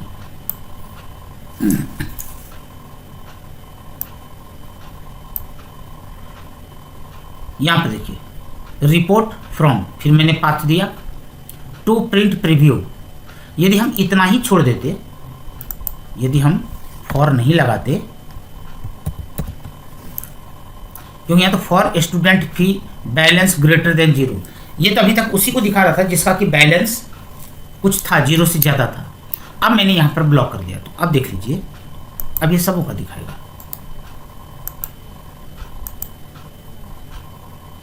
सेम वही फिगर लेते हैं, नेम, सेशन, R मैंने लिखा, यहाँ पर 7 स्टूडेंट्स हैं, डिटेल 1 2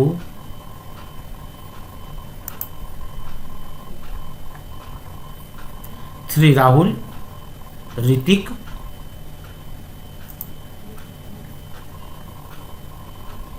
राजकुमार, रक्षित 6 हो गए, और एक यहाँ पर रमन।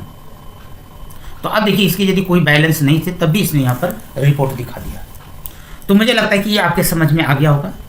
लेकिन अभी कहीं जाइएगा नहीं, जो मेन चीज़ मुझे बताना है वो अभी बाकी है।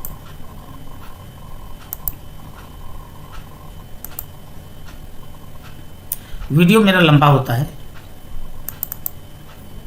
क्योंकि मेरा मानना है कि जब तक कि पूरा टाइम ना दिया जाए तो 2 मिनट में कोई भी चीज़ सीखा नहीं जा सकता है।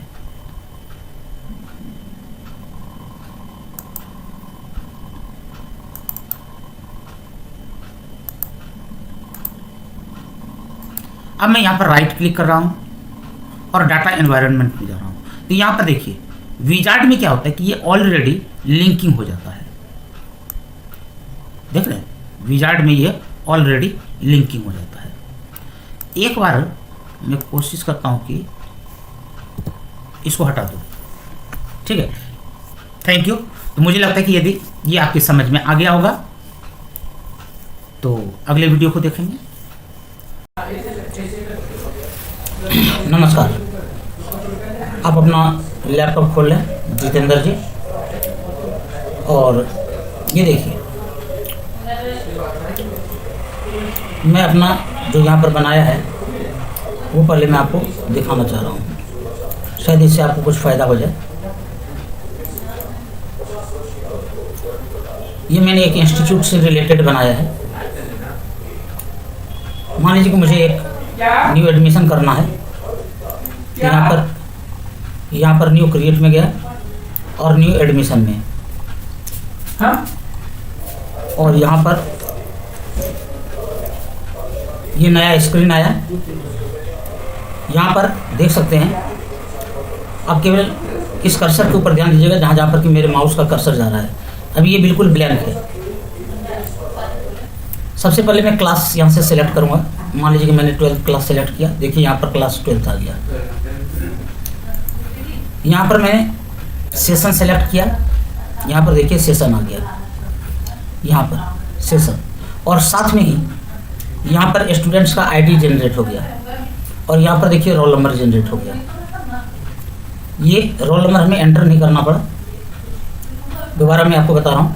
मान लीजिए कि मैंने यहाँ पर क्लास 11 सेलेक्ट किया, और यहाँ पर मैंने सेशन 2019-20 डाला।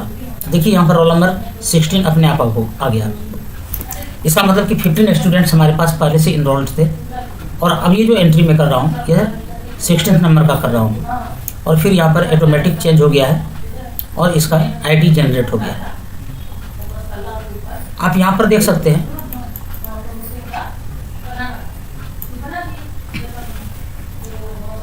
अभी नीचे जगह खाली है। यहाँ पर हमें जो भी इंस्ट्रक्शन डालना होगा वो हम इंस्ट्रक्शन डालेंगे। जैसे कि मान लीजिए कि फीस किस तरीके से लेना है, मंथ वाइज या कोर्स वाइज।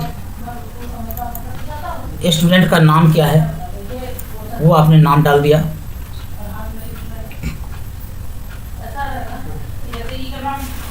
जो भी आपको वहाँ पर नाम डालना है आपने नाम डाल दिया। सारी इन्फॉर्मेशन इसके अंदर फिल कर दीजिए। कौन सा सब्जेक्ट पढ़ना है, मान लीजिए कि केमिस्ट्री पढ़ना है। पढ़ाने वाले टीचर का यहाँ पर आपको नाम एंटर करना पड़ेगा। ट्यूशन का फीस क्या लेना है, मान लीजिए कि 18,000 फीस है। एडमिशन के टाइम में उसने कितने पेमेंट किए, मान लीजिए कि 5,000 पे किया। तो यहाँ पर टोटल इन्फॉर्मेशन ऑटोमेटिक आ रहा है।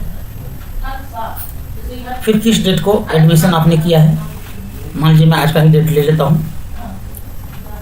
आज हो गया 4/11/2019। अब यदि सारी इन्फॉर्मेशन आपके बिल्कुल ओके हैं तो फिर आप वहाँ पर एंटर बटन पर यानी कि सेव पर जाएं। अभी तक ये सेव नहीं हुआ है। जब आप सेव बटन क्लिक करेंगे तो यहाँ पर सेव हो जाएगा।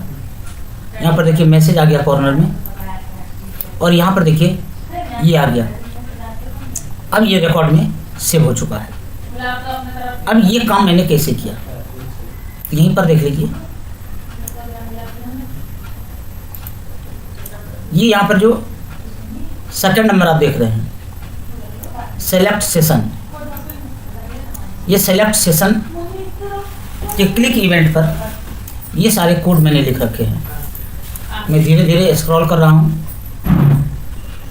और आप यहाँ से कॉपी करना चाहें तो कॉपी कर सकते हैं।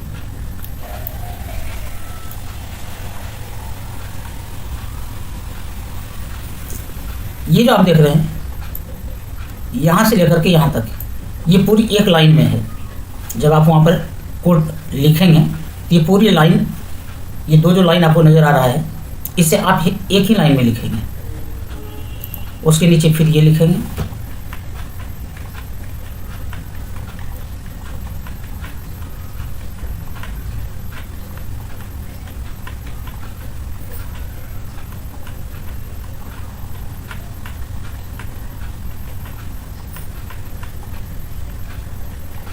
अब ये जो सेव बटन के क्लिक इवेंट है, क्लिक इवेंट में हमने ये कोड लिख रखा है।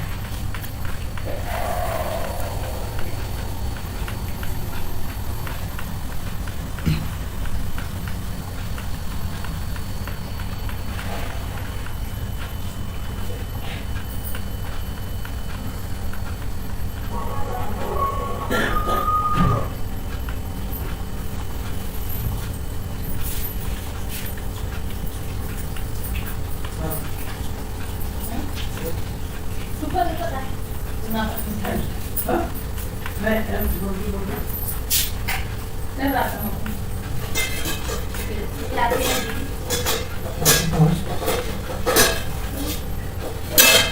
कुछ इधर छिप गया है वो मैं इधर दिखा रहा हूँ।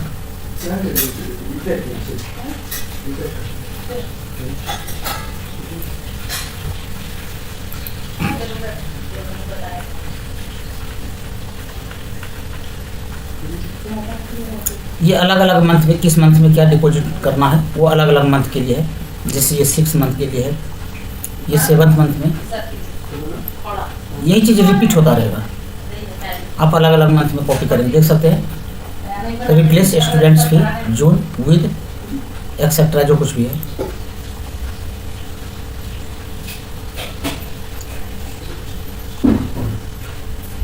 इसको मैं इधर करता हूँ। इस तरीके से आप यहाँ से कॉपी कर लेंगे।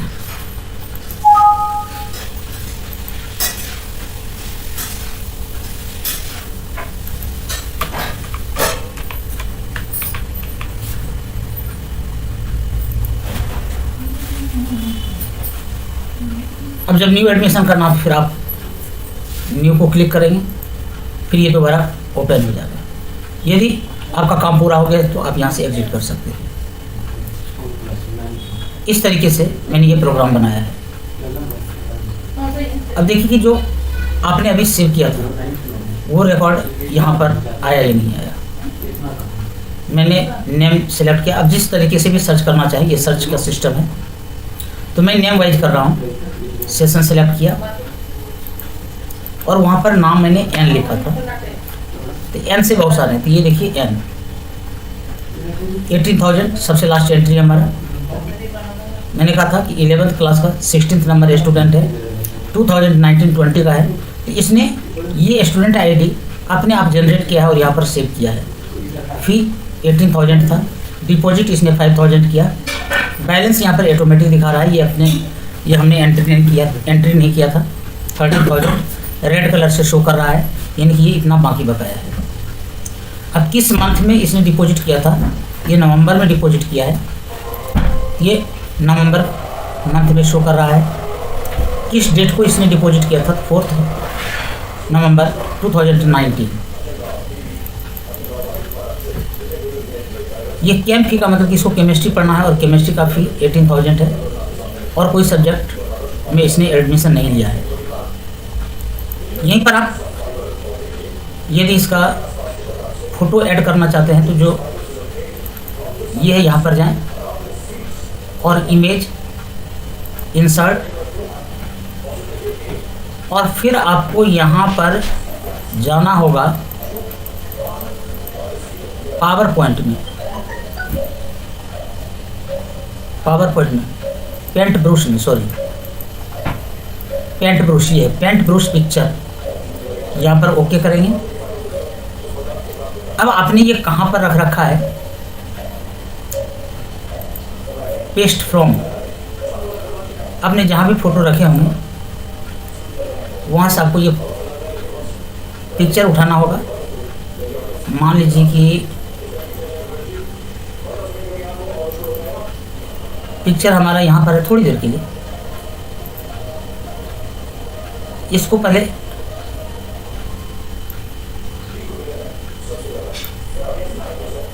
मिनिमाइज करना होगा।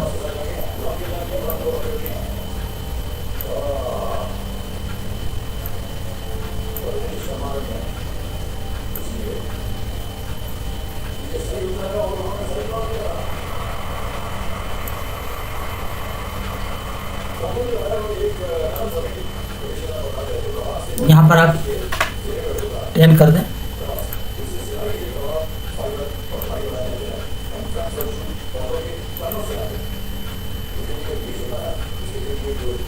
सॉरी, ये गलत हो गया, मैं दोबारा कर रहा हूँ। दोबारा देखिए पेस्ट फ्रॉम,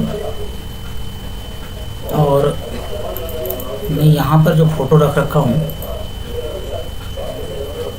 फिर मैं सी में चला जाता हूँ। सी में यहाँ पर गया और यहाँ पर ग्राफिक्स के अंदर भी कुछ फ़ोटो है। ये पिक्चर में मैं देख लेता हूँ। चलिए मैंने उठा लिया ये, और उसके बाद आप यहाँ से कट कर दीजिए। ये यहाँ पर आ गया। देखिए ये सेव हो चुका है। जब भी आप क्लिक करेंगे तो ये पिक्चर आ जाएगा। इस तरीके से हम प्रोग्रामिंग करते हैं। यदि आपके समझ में आ गया हो तो बहुत अच्छी बात है। यदि ना समझ में आया हो तो आप एक कागज़ में क्या प्रोग्राम बनाना चाहते हैं उस तरीके से पूरा डिटेल में लिखिए, तब मैं विद कोड आपको बना करके यहाँ से भेज दूँगा। धन्यवाद। नमस्कार दोस्तों, मैं आज आप लोगों को विजुअल फॉक्स प्रो में ये बताने जा रहा हूँ कि जब आप कोई भी प्रोग्राम बनाते हैं, सॉफ्टवेयर डेवलप करते हैं, तो उसमें बहुत सारी फाइलें होती हैं। उन सबों को कंपाइल करना होता है। एक्जीक्यूटिव फाइल बनाने के बाद सेटअप फाइल तैयार करना होता है। तो सेटअप फाइल बनाने के लिए किसी न किसी एक कंपाइलर की ज़रूरत होती है। तो यहाँ पर देखिए हमारे पास एक इनो सेटअप कंपाइलर है। ये आपको डेस्कटॉप पर ये दिखाई पड़ रहा होगा जहाँ पर ये माउस मूव कर रहा है। इसे आप स्टेप बाय स्टेप समझें। आपने इसे यहाँ पर डबल क्लिक किया और यहाँ पर दो ऑप्शन है, create a new empty script file और दूसरा है विद विजार्ड। तो मैं ये सेकंड वाले ऑप्शन को चूज कर लिया ताकि इसमें ज़्यादा परेशानी ना हो। फिर आपने यहाँ पर ओके किया, फिर यहाँ पर आपने नेक्स्ट। अब यहाँ पर कहा जा रहा है कि आप अपने इस सॉफ्टवेयर का नाम क्या रखेंगे। तो मान लीजिए कि जो मैं आज एग्जाम्पल के रूप में आपको समझा रहा हूँ, ये हकीकत में मैं अनाज मंडी से संबंधित सॉफ्टवेयर बनाया हूँ किसी भाई के रिक्वेस्ट पर।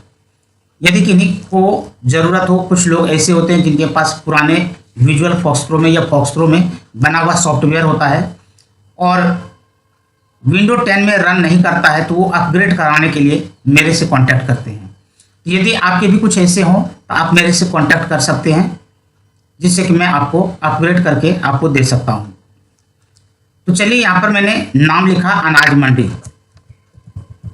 अनाज मंडी एक्चुअली यह अनाज मंडी से रिलेटेड काम इस तरीके से यह सॉफ्टवेयर करेगा। जैसे कि मान लीजिए मैं ब्रोकर हूं, सामान बेचने वाले और सामान लेने वाले, उन दोनों से जो कमीशन आता है उसका हिसाब किताब किस तरीके से रखा जाए, उससे संबंधित ये सॉफ्टवेयर है।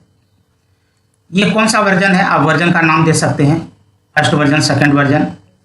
मैं यहाँ पर 1.5 वर्जन दे रहा हूँ। यहाँ पर आप अपने कंपनी का नाम लिख दें। मैंने लिखा RK इन्फोटेक। ये एक कॉमन इंफॉर्मेशन है। फिर यहाँ से नेक्स्ट करते हैं। फिर यहाँ पर कहा जा रहा है कि जब ये इंस्टॉल किया जाएगा किसी कंप्यूटर में, कि ये कहाँ पर इंस्टॉल हो, तो मैं चाहता हूँ कि C ड्राइव में ये इंस्टॉल हो। यहाँ पर C: लिख दें। फिर जो आपने सॉफ्टवेयर बनाया है, तो उस सॉफ्टवेयर को किस फोल्डर में आपने बनाया है, तो उस एप्लीकेशन फोल्डर का नाम लिखना होता है।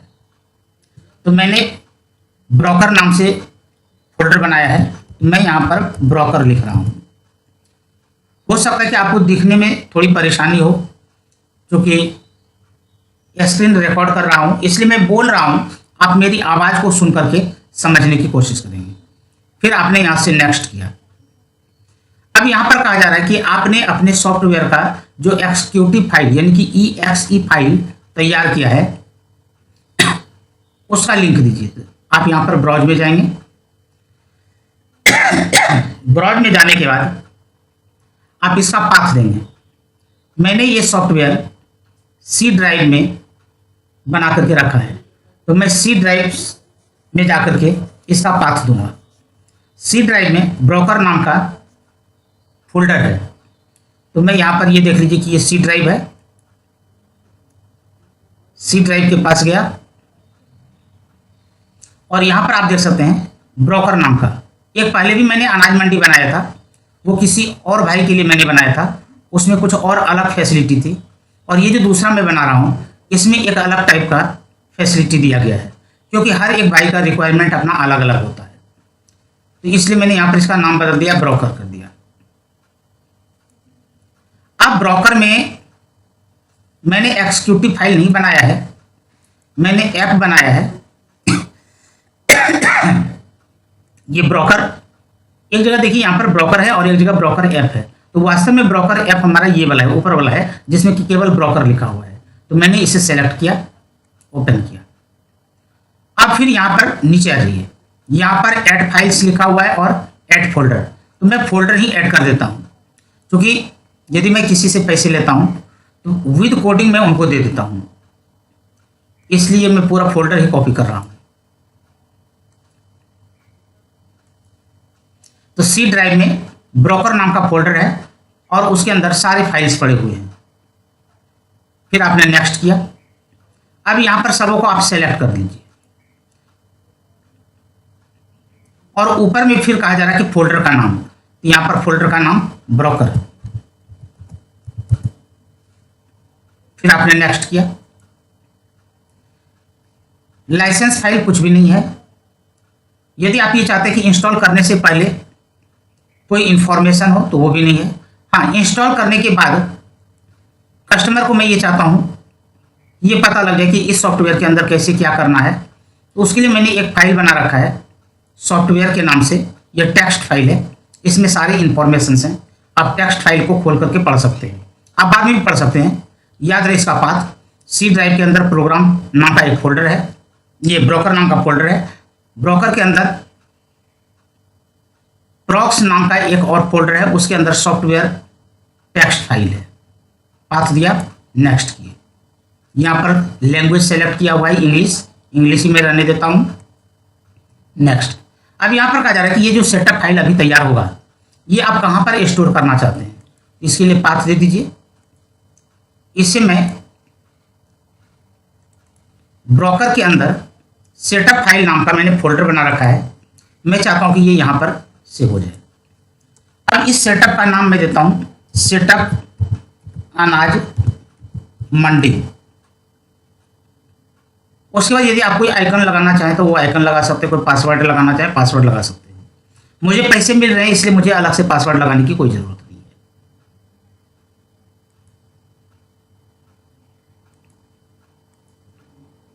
अब यहां पर ये जितना भी है इसको एक बार मैं सेव कर लेता हूं कि कभी फ्यूचर में मैं इसका नाम लिख देता हूं अनाज, और इसका मैं पाथ दे देता हूं वही सेटअप फाइल में, ब्रोकर के अंदर जो सेटअप फाइल है यहां पर इसको सेव कर देता हूं। अब ये कंपाइल होना शुरू हो गया, कंपाइल कंप्लीट भी हो गया, आपका सेटअप फाइल तैयार हो चुका है। अब चल करके देखते हैं कि हमारा सेटअप फाइल तैयार हुआ कि नहीं। सी ड्राइव में गए, यहां पर ब्रोकर में गए और यहां पर देखिए सेटअप अनाज मंडी तैयार हो चुका है। अब ये सेटअप फाइल जिसे भी देंगे वो अपने कंप्यूटर में यहां से इंस्टॉल करेंगे। तो अब दूसरा वीडियो मैं आपको दिखाऊंगा, बना करके बताऊंगा कि किस तरीके से अनाज मंडी को इंस्टॉल किया जाता है और फिर इसे रन कराते हैं। Thank you. यदि आपको मेरा ये वीडियो अच्छा लगा हो तो प्लीज़ आप इसे लाइक करें, और ख़ास करके जो स्टूडेंट हैं उनके लिए तो ज़्यादा ही फायदेमंद है। ये जो किसी भी लैंग्वेज में सॉफ्टवेयर बनाते हैं उनको यहाँ से कुछ ना कुछ मदद जरूर मिलेगी। Thank you.